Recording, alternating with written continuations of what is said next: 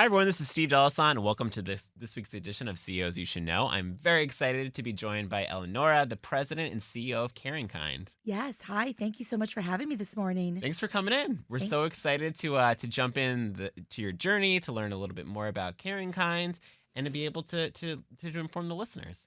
Excellent. So why don't we start off by talking a little bit about the amazing work you're doing? You've dedicated so much of your career to improving dementia care, and your work's made a real difference. What first inspired you to get involved with Alzheimer and dementia advocacy? So, a real story. When I was a undergraduate and I had was majoring in psychology, and I decided I wanted to pursue a postmaster's degree in gerontology and geriatric psychology. I was talking to my professor at the time and said, I'm really interested in getting into the field of aging. I feel that there's a lot of people that, in this, in the country that look at, the elderly differently. And Hmm. I was originally born in a little town in Sicily, and how elders are looked at there. And I said, I really want to make a difference, and I want people over the age of 65 to feel more valued. And I remember her comment was, "Do you really want to work in such a depressing field?" And I said, "Now I really want to work in this field." I love that. And that's really what got me started. And ever since then, I've always wanted to sort of change the world on that vision. That's awesome. What continues to fuel your passion for the work? The people, the families, the stories, the storytelling, the unfortunate stigma that is Hmm. still around ageism, and particularly in my field right now with brain health and Alzheimer's disease and related dementias at CaringKind. And just really trying to help families, just get through that disease journey. That must be a really rewarding feeling, being able to help those families and individuals. It is incredibly rewarding, and really, I think a lot of nonprofits are fueled by mission. Hmm. And I think with our particular disease, I always say Alzheimer's and dementia is a family affair, Hmm. and it really impacts everyone so differently. And so you just really get to become part of the family. Absolutely.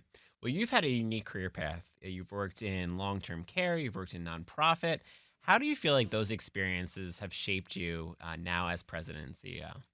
Yeah, so when I was managing and running healthcare centers, everything from independent living, assisted living, dementia units, and rehab centers, um, I was sort of receiving and looking at all of the things that were broken in the healthcare system. Hmm. And so being able to come at Caring Kind, I was able to sort of hit the ground running. And I had had some past experiences being the CEO of the Alzheimer's Association for the state of Connecticut. So knowing, really, what families want, and especially what people with the disease want. And that's really sort of the second piece of my career, is really Sure. making sure that I can become an advocate and their voice on that they want to live with Alzheimer's, not die of Alzheimer's. That makes sense. Given your extensive background in the space, what do you see as some of the biggest gaps or opportunity with dementia care? And how are you planning to hopefully impact those for the better with Caring Kind? Unfortunately, the list is long, much longer than this interview, but I would say I would highlight a couple of things right now, and that is workforce development. Okay. We actually don't have the unfortunate number of people that are going into this space and this field. And so we lack caregivers and, a medical team that actually an expertise in this field. So I would say that's a big gap and an Hmm. immediate gap that really needs to be filled. And Caring Kind is part of, actually our strategic plan focuses on workforce development, working with, trying to inspire people to actually go into this field and educate. And we train and educate them. If there's a physician, we'll educate them on dementia training and dementia specialty. Um, I would say the other piece that's a tremendous gap is enough outside of waiting for pharma to help us get a cure for this disease. I would say interventions. And CaringKind has recently launched a new program called Connect to Living under our new strategic plan. And that is, again, services that are for the people with early onset. It's awesome. And so you now, after the diagnosis, you have a place to go and there are things to do. And we recently developed about 2 years ago um, a program that actually is adopted from the UK called cognitive stimulation therapy. And so you or somebody in your family has received the diagnosis. It's passed on to Caring Kind as a referral, and you can be registered in these classes, and everything is covered, through our fundraising. So there's no cost. That's awesome. Speaking of fundraising, Yes. right, and the development projects, how do you balance the both of those, right? You obviously want to invest in all these new technologies and be able to forward think in that realm, but then also you want to support those families that are impacted. Wow, we just had a board meeting last night. I feel like you were at our board meeting. You're a little Fly on the wall, yeah. fly on the wall. I think that's a challenge for every nonprofit. Yep. In terms of investment, I think you have to invest in technology.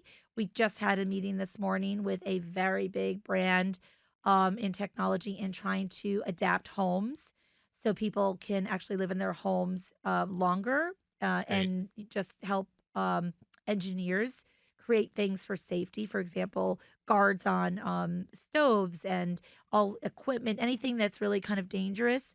I cannot tell you how many calls we get because individuals would, leave the faucet on and they're, when you flood your house 3 times, it's a problem. Yeah. And the damages are thousands and thousands of dollars. It's not a small little flood.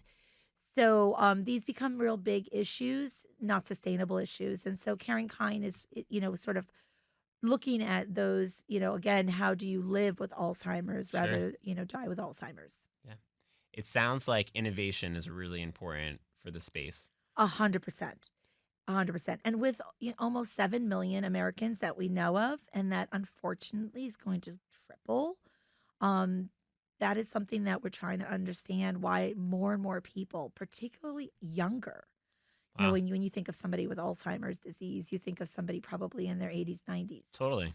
Most of our clients in our early stage center are 60s, 70s. That's crazy. Scary. That is scary. Yeah.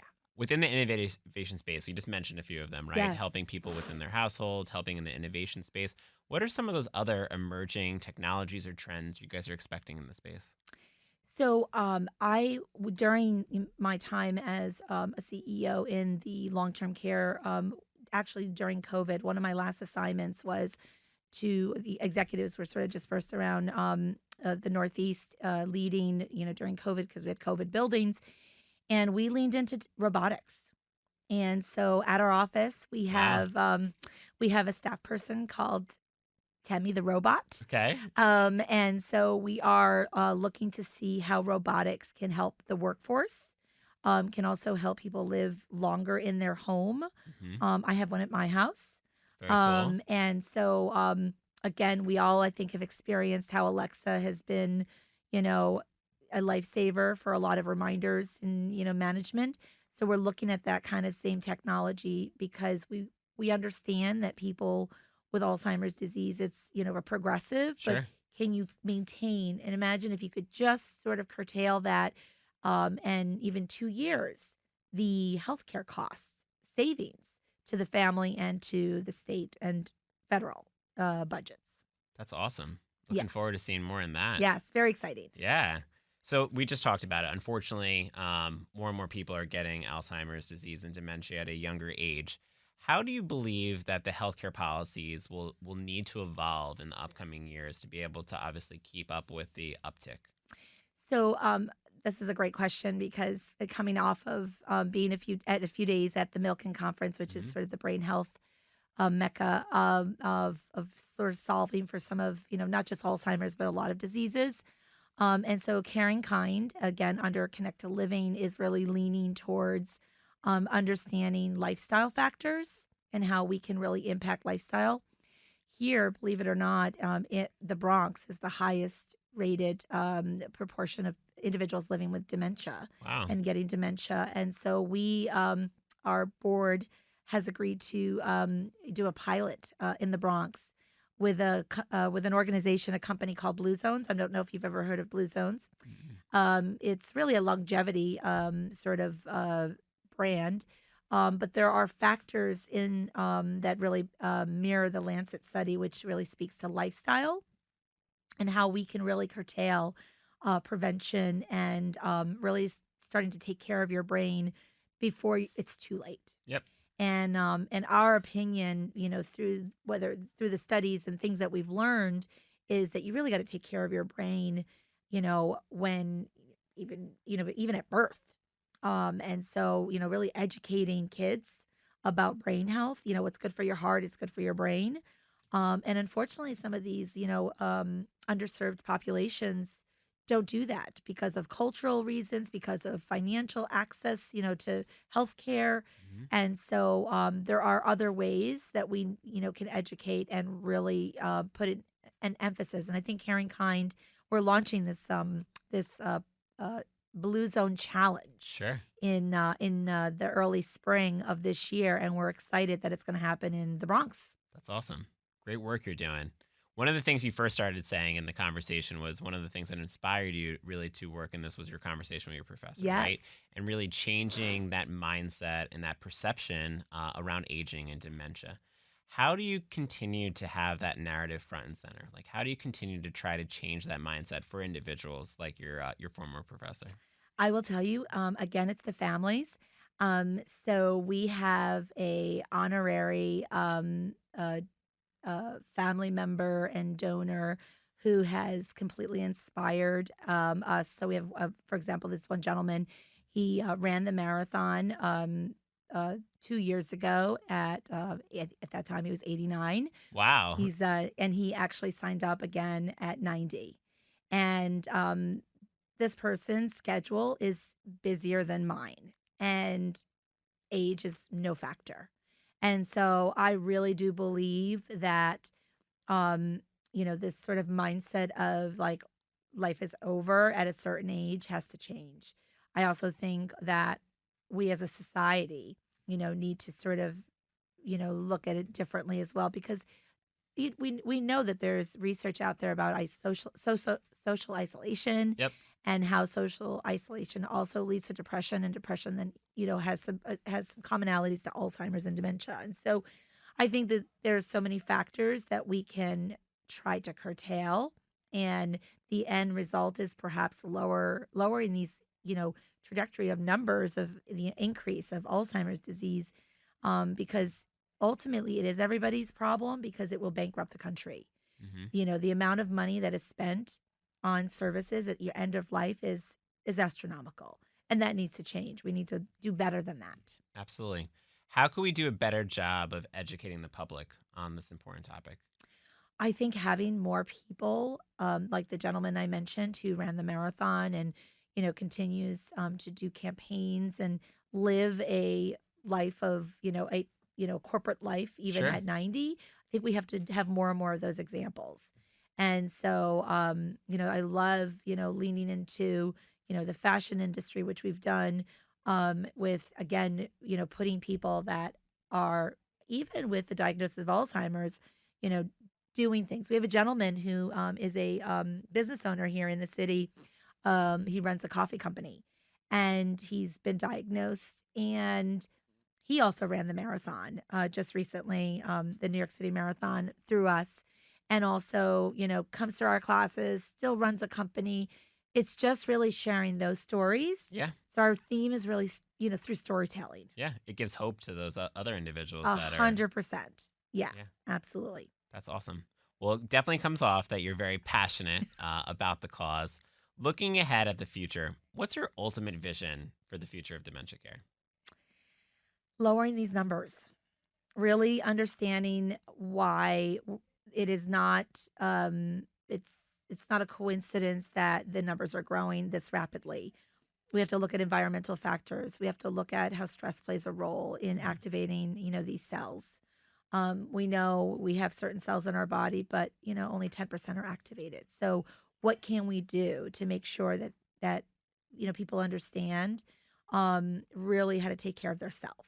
Sure. And on the other side of dementia care is making sure that we also take care of the caregiver. Hmm. So part of Caring Kind's mission is working with people with the disease, but also taking care of the caregiver. And caregivers are at risk for health issues, perhaps not Alzheimer's, but other diseases Hmm. because they're so stressed about, this very long, progressive disease that, their life really kind of just goes upside down once you get diagnosed. And it is a long disease. It could be anywhere from 5 to 10 to 15 years, and so it's not it's not as short as some of the other diseases. And so really making sure that we have systems and interventions and services available for family caregivers and financial resources through federal programs that give them respite dollars so that they don't have to feel guilty about going to their daughter's wedding and taking money to go do that rather than hiring a private caregiver for their Sure. loved one, because those are the choices that Yep. people are making. Yep. I think something that stood out that you said earlier was that Alzheimer's is really a family disease, A right? hundred It percent. impacts everyone's loved ones and the circle around them. And I would imagine that's a very emotional, draining experience. How has Caring Kind really stepped up to be able to support those families? So we have created programs even for kids, because again, through this sort of family affair, those 61-year-olds, those 70-year-olds still have young kids. And so the idea of making sure that our services are just not one prong, but they're multi prong. And that also means creating, in ways of social engagement to happen, because we know peer to peer support is a wonderful way of being able to get through these, whether it's through our support groups. And so having clinicians, who are trained Hmm. in this be supportive, to that cohort of people is everything. And so those are the kind of things that we're continuing to build upon and scale. And our fundraising, continues because there's so many more things. We don't want waiting lists. Yep. We want to be able to serve everyone. That's awesome work. Thank you. One thing you said was that we need more people Yes. within the field, right? How can, if someone's tuning in, they're interested in potentially jumping into a career or exploring what it would look like to work in dementia care? That is such a great question. I'm so glad you asked. Under the Connect to Living, our vision is, and especially here in New York City, reaching out to actors and performers, and in between their jobs, come volunteer at an organization like Caring Kind. Find your passion and know that there could be other work within the field that actually, the work that you're doing, even, if you're a singer, a musician, how you could actually change the life of somebody living with Alzheimer's disease through like companionship. And so that is part of workforce. And so I just think people don't know because they've never been trained. Sure. Seek out, start with volunteering, then, learn about the different trainings that are available. And then meet. I mean, I have actually worked with somebody just recently who never thought they were in the business world. They want to be a social worker, and they just felt they started volunteering with us through our helpline. And so I think it's just, I look at that second or third career. And that's certainly good for your brain. Yeah. Love that. Great advice. So, looking ahead for you, what is next professionally, personally? Are there any upcoming projects or initiatives that you're particularly excited about? Um, Continuing to grow Caring Kind. Um, COVID sort of expanded our footprint, and we said no to no one. Although we're here in New York City, we're serving people really outside of New York City because some of our programs are virtual, That's great. and just really trying to scale, manage that sort of demand. And then also continue to sort of be involved in the leadership space, both for myself personally, nationwide, and also internationally, so that I'm able to come back to Caring Kind with all of the opportunities that are available in this disease space. That's great. We covered a lot. Do you feel like there's anything we might have missed that you want our listeners to know about Caring Kind? I think just again, if you are struggling to figure out on the volunteer side, what you love, um, don't think that aging is depressing. Hmm. Aging is actually so meaningful. Every day, somebody emails me that you're doing, and this is not a religious comment, but God's work Yep. of some sort.